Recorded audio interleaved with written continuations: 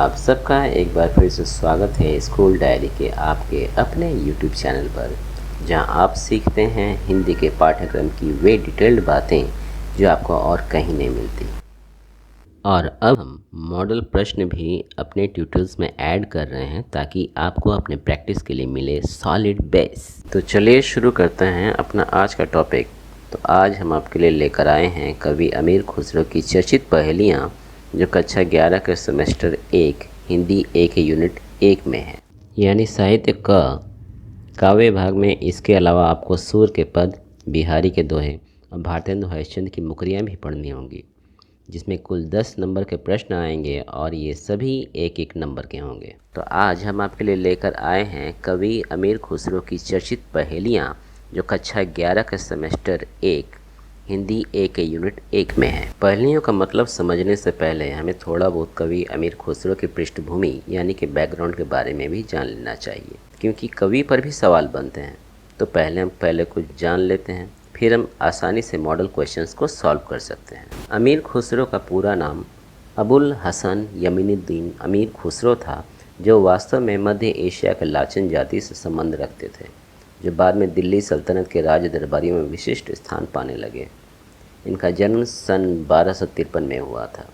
इनका जन्म उत्तर प्रदेश, आज के यूपी के एटा जिले के पटियाली कस्बे में हुआ था। मृत्यु 1325 में हुई थी। अमीर खुसरो काफ़ी प्रतिभाशाली व्यक्ति थे। उन्हें कई सारी विद्याएं आती थी। वे गायक थे, शायर थे, गीतकार थे, और उनके बारे में यह भी प्रसिद्ध है कि उन्होंने तबला और सितार का आविष्कार किया था। लेकिन उनका कवि रूप ही सर्वाधिक चर्चित हुआ। इनकी रचनाओं में सामान्य जनजीवन की झांकी मिलती है। ऐसे ऐसे सामान्य वस्तुओं को केंद्र में रखकर उन्होंने अपनी रचनाएं लिखी हैं कि स्वाभाविक था कि उनकी रचनाएं जनमानस में लोकप्रिय होती भी। उनकी पहेलियाँ, मुकरियाँ, दो सखुने, गज़ल, दोहे न केवल अपने आश्रयदाताओं को आनंद देती थीं, बल्कि सामान्य श्रोता जो पढ़े लिखे नहीं थे उनके भी मन को गुदगुदाती थी। यही कारण है कि जब भी आज हम पहेलियों की पोटली खंगालते हैं तो पहला टुकड़ा अमीर खुसरो का ही निकलता है। यह हमें भी पता नहीं होता कि हमने अमीर खुसरो की पहेली पढ़ी है। याद कीजिए कि आपने बचपन में इस पहेली को साथियों के सामने नहीं दोहराया होगा। एक थाल मोती से भरा, सबके सिर पर औंधा धरा, जैसे जैसे ये थाल फिरे, मोती उससे एक न गिरे। अमीर खुसरो की विस्तृत जीवन परिचय और साहित्य और हिंदी साहित्य में उनकी महत्ता बताने के लिए अलग डिटेल्ड वीडियो बनाने की अपनी योजना है, लेकिन कुछ खास बातें हम यहाँ डिस्कस कर सकते हैं। नंबर 1, अमीर खुसरो खड़ी बोली में लिखने वाले पहले आदिकाल के कवि माने जाते हैं। या यूँ कहें, अमीर खुसरो खड़ी बोली में लिखने वाले आदिकाल के पहले कवि माने जाते हैं। आदिकाल हिंदी साहित्य के उस समय को कहा जाता है जब हिंदी अपने शुरुआती दौर में थी। नंबर 2, वह पहले कवि थे जिन्होंने हिंदी और फारसी में एक साथ रचनाएं लिखी। नंबर 3, उन्होंने अपनी लिखी जाने वाली भाषा के लिए हिंदवी शब्द का प्रयोग किया था। नंबर 4, मैं हिंदुस्तान की तूती हूँ, और अगर तुम वास्तव में मुझसे जानना चाहते हो तो हिंदवी में पूछो, मैं तुम्हें अनुपम बातें बता सकूँगा। यह कथन अमीर खुसरो का ही है। नंबर 5, अमीर खुसरो को अमीर नाम से जलालुद्दीन खिलजी ने सम्मानित किया था। नंबर 6, ये जलालुद्दीन खिलजी के दरबार में कवि थे। नंबर 7, अमीर खुसरो का संबंध तुर्कों की लाचन जाति से था। आपको लग रहा होगा कि ये सारे पॉइंट्स हमने ऐसे क्यों पढ़े। ये सभी इम्पोर्टेंट पॉइंट्स हैं जिस पर सवाल बनते हैं। अब देखिए, हम यहाँ पर कुछ सवाल आपके सामने पेश कर रहे हैं जो टाइमर के साथ आएंगे। तो चलिए जल्दी से हमने जो पढ़ा उसे दोहरा लेते हैं। आपकी स्क्रीन पर हर प्रश्न के लिए 10 सेकंड का टाइमर चलेगा।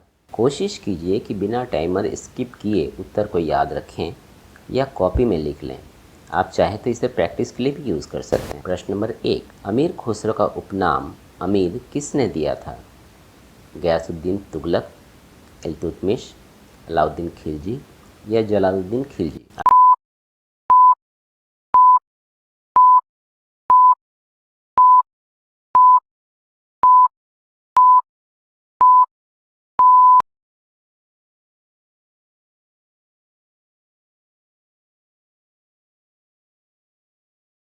आपका जो भी सही जवाब हो उसे या तो मन में रखें या किसी कागज़ में किसी जगह भी लिख लें। उसे बाद में आप मिलान कर पाने में समर्थ होंगे। नंबर 2, अमीर खुसरो का जन्म हुआ था कोटा, मध्य प्रदेश, पटियाला, उत्तर प्रदेश। अपना जवाब तैयार रखिए।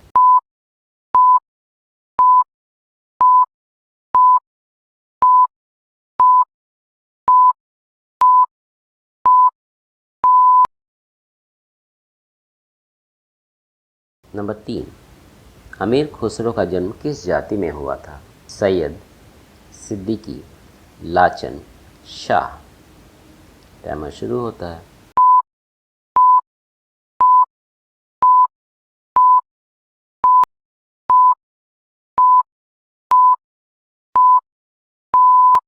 आशा है अब तक आपने कई सारे जवाब दे दिए होंगे। कुछ सही भी हो सकते हैं और मेरा अनुमान है कि ज़्यादातर सही ही हुआ होगा क्योंकि प्रश्न बहुत आसान से हैं। चलते हैं इस वीडियो के अगले सेगमेंट की ओर। ये भी वैसा ही है। अमीर खुसरो के आध्यात्मिक गुरु का नाम निजामुद्दीन औलिया था। अपने गुरु की मौत पर अमीर खुसरो ने एक दोहा कहा था, गोरी सोवे सेज पर मुख पर डारे केस, चल खुसरो घर आपने रैन भई चौदेस। यदि यह दोहे का उदाहरण है, इस सेगमेंट में हम ये सीखेंगे तो कैसे समझेंगे क्या पहली है, मुकरी है और दो सुखने हैं।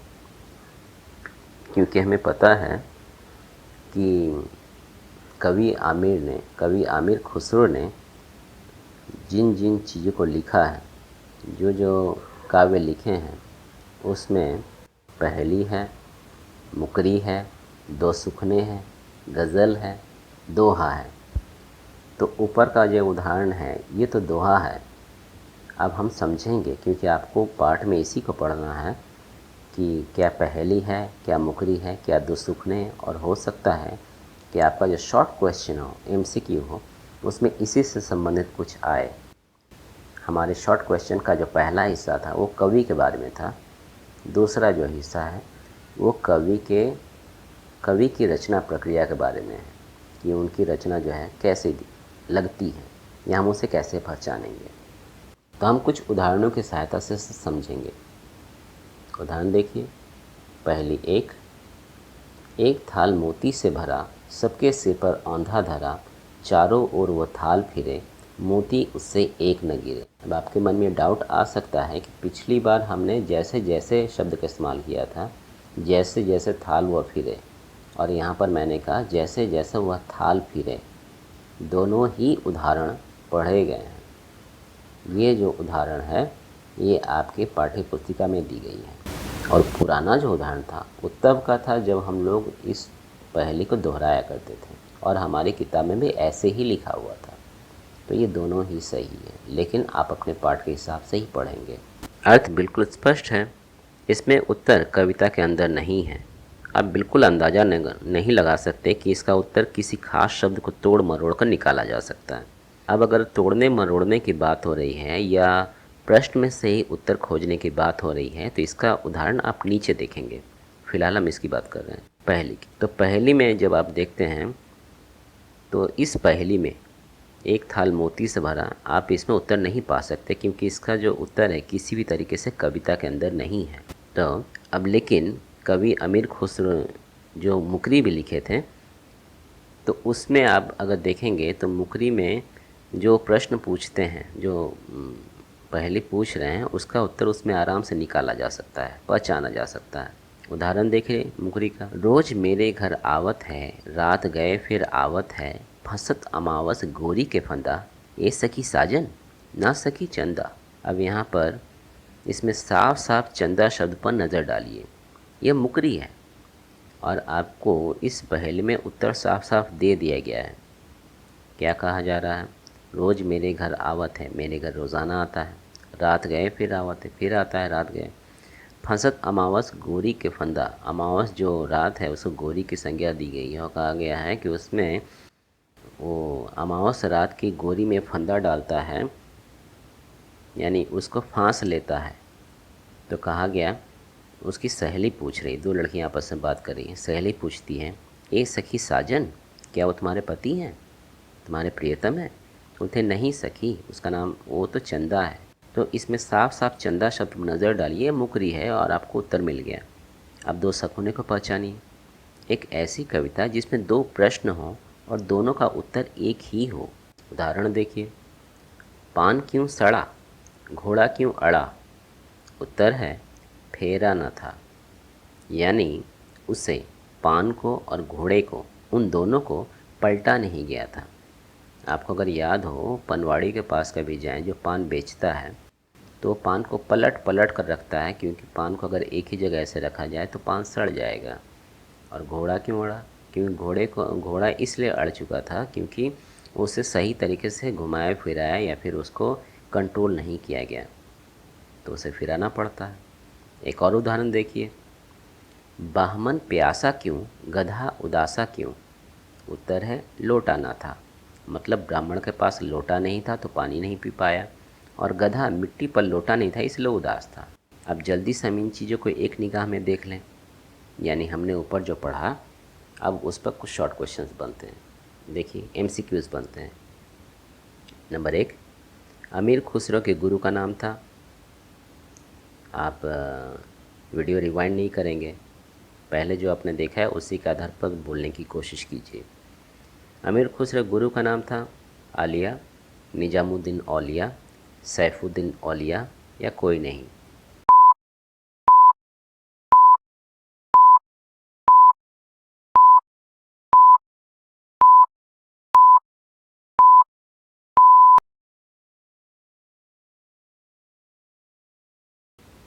आपका जो जवाब है एक जगह याद रखिए, लिख रखिए। उत्तर आपको पता ही है, बिल्कुल आसान सा उत्तर है इसका, वो है निजामुद्दीन औलिया। नंबर 2, अमीर खुसरो की किस प्रकार की रचना में उत्तर उसके प्रश्न में ही छुपे रहते हैं।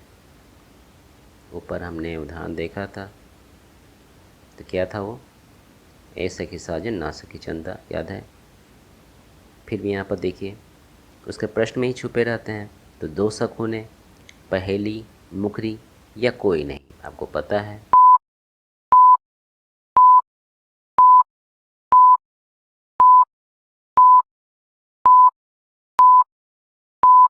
उत्तर है मुकरी। तीसरा नंबर देखिए, पान क्यों सड़ा, घोड़ा क्यों अड़ा, किस प्रकार की कविता है। तो ए है दो शकुने, बी है दोहा, सी है मुकरी या डी है कोई नहीं।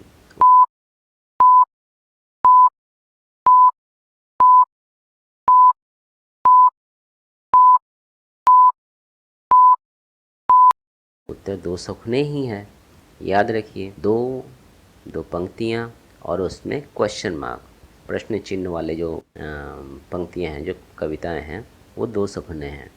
जैसे पान क्यों सड़ा, घोड़ा क्यों अड़ा, बामन प्यासा क्यों, गधा उदासा क्यों, ये जो है इसे दो शकुने कहेंगे और दोनों के उत्तर एक ही होते हैं। आपको उनको पहचानना हो तो उसको क्वेश्चन मार्क देखिए और उसमें दो लाइन होनी चाहिए। अगला, मुकरी में जो कविता है उसमें, अगर आप मुकरी पहचानना चाहते हैं तो मुकरी में जो कविता है उसमें ए सखी और साजन शब्द पर ध्यान दें। जहाँ पर भी आपको कविता में ए सखी और साजन वाली बात मिलती है वो मुकरी है और उसके अंदर ही उत्तर छिपा हुआ रहता है। शब्द पर ध्यान दें। जिन कविताओं में ऐसे शब्द हों उन्हें मुकरी के नाम से हम आइडेंटिफाई करेंगे। अमीर खुसरो की पहेली के दो प्रकार हैं। अभी तक हमने पहेलियों के बारे में पढ़ लिया है। उनकी पहेली के दो प्रकार हैं और दोनों प्रकार में से दोनों का नाम कैसा है देखिए। पहला है अंतरलापिक, दूसरा है बाहिरलापिक। हम लिख के आपको स्क्रीन पर आ रहा होगा, देख लीजिएगा। अंतरलापिक जिनका उत्तर पहेली में ही छिपा रहता है। जैसे ये आपके पाठ में देखिएगा, फारसी बोली आई ना, तुर्की सोच न पाई ना, हिंदी बोलते आरसी आए, खुसरो कहें कोई न बताए। इसका उत्तर आईना है। आईना यानी चेहरा देखने वाला आईना, इसी के अंदर ये उत्तर छिपा हुआ है। तो आपने अंतरलापिक का उदाहरण समझ लिया। अब देखते हैं बाहिरलापिक का उदाहरण, यानी एक ऐसी पहेली जिसका उत्तर उस पहेली के अंदर नहीं होगा, आपको सोचना पड़ेगा, दिमाग लड़ाना पड़ेगा। उदाहरण वही था, एक थाल मोती से भरा वाला है, जिसका उत्तर है आकाश। आपको दो उत्तर मिल गए। इस प्रकार अंतरलापी को बूझ पहेली भी कह सकते हैं, क्योंकि उसके अंदर उत्तर है तो आप पढ़कर समझ जाते हैं, सुनकर समझ जाते हैं कि उसके अंदर उत्तर है, इसलिए बूझ पहली आप बोलते ही बूझ जाते हैं, समझ जाते हैं कि उसके अंदर ही उत्तर है। मुकरी में चूंकि सवाल जवाब की श्रृंखला होती है, इसलिए इसे कह मुकरी भी कह सकते हैं। सही कहा जाता है कह मुकरी, जिसमें पहले कोई कहता है और फिर कोई उसका जवाब देता है। कुछ सवाल आप खुद भी सोच सकते हैं, इसके लिए मैंने जानबूझकर कुछ गैप छोड़ दिया है। गैप छोड़ने का मतलब है कि यहाँ पर जितने भी क्वेश्चन मैंने दिए हैं उसमें सारे के सारे टॉपिकों पर, मतलब मैंने जो अभी तक इतना कुछ कहा उसके अंदर से है, और कुछ ऐसा भी है जिस पर मैंने नहीं बनाया जा सकता था, वो आपके लिए है। तो कुछ सवाल मैंने आपके लिए छोड़ दिए हैं, और इसलिए छोड़े हैं ताकि आप भी दिमाग लड़ाएं और थोड़ी सी सेल्फ स्टडी करें। अमीर खुसरो के बारे में इतनी जानकारी आपके लिए काफ़ी होगी, और यदि आप इस चीज़ को जानना चाहते हैं कि अमीर खुसरो का हिंदी साहित्य में क्या योगदान है, और ये अच्छा रहेगा क्योंकि पाठ में आता है, ज़रूरत पड़ती है आगे, और थोड़ी ज़्यादा डिटेल्ड वीडियो चाहते हैं तो डिस्क्रिप्शन लिंक में कुछ दिनों बाद चेक करें। और यदि ये वीडियो पसंद आया हो तो प्लीज़ लाइक ज़रूर करें, ताकि आपकी फीड में भी वीडियो सेव हो और मुझे भी आपके लिए नए नए चैप्टर्स लाने का मोटिवेशन मिले। वैसे अगली वीडियो आपके पाठ के पहेलियों की व्याख्या पर होगी, तो मिस ना करें। नोटिफिकेशन ऑल करके रखें ताकि अगली वीडियो मिस ना हो। अपने सर्कल, अपने साथियों से शेयर करें, और चैनल यूज़फुल लगता हो तो सब्सक्राइब ज़रूर करें। मिलते हैं अगले वीडियो में, तब तक के लिए keep reading, stay watching school diary. Thank you.